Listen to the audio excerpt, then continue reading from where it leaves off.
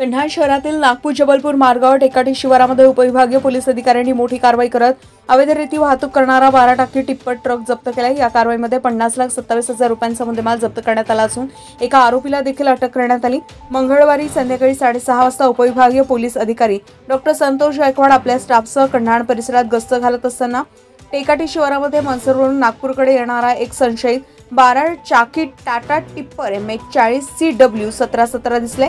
पोलिसांनी तात्काळ टिप्पर थांबवून त्याची झडती घेतली असता त्यामध्ये मोठ्या प्रमाणात अवैध रेती साठवलेली आढळली।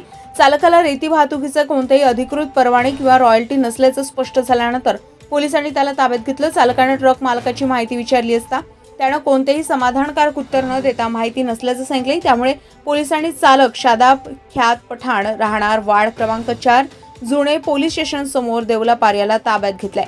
कारवाई दरम्यान पोलिसांनी 9 ब्रास रेती किंमत 27,000 रुपये आणि टाटा टिप्पर ट्रक किंमत 50 लाख रुपये असा एकूण 50,27,000चा मुद्देमाल जप्त केलाय। या प्रकरणी पोलिसांनी सरकारतर्फे फिर्यादी पोलीस हवालदार राजेंद्र किसनजी मारवते यांच्या तक्रारीवरून आरोपी शादाब पठाण विरोधात अपराध क्रमांक 60/25 कलम 303 2 49 48 7 48 8 4 21 3 अन्वये गुन्हा दाखल केलाय। या कारवाईचे मार्गदर्शन उपविभागीय पोलीस अधिकारी डॉक्टर संतोष गायकवाड, कन्हान पोलीस निरीक्षक राजेंद्र पाटील यांनी केले असून पुढील तपास कन्हान पोलीस करताय। अवैध वाळू तस्करीमुळे शासनाला कोट्यवधी रुपयांचे नुकसान होत असते।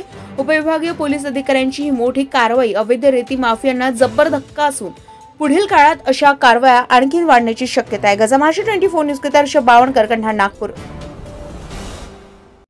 ताज्या घडामोडी आणि बातम्या जाणून घेण्यासाठी गरजा महाराष्ट्र 24 न्यूज या आपल्या YouTube चॅनलला सबस्क्राईब करा आणि बेल आयकॉन दाबायला विसरू नका, जेणेकरून आपला व्हिडिओ आल्याची ताजी खबर तुम्हाला ताबडतोब मिळेल।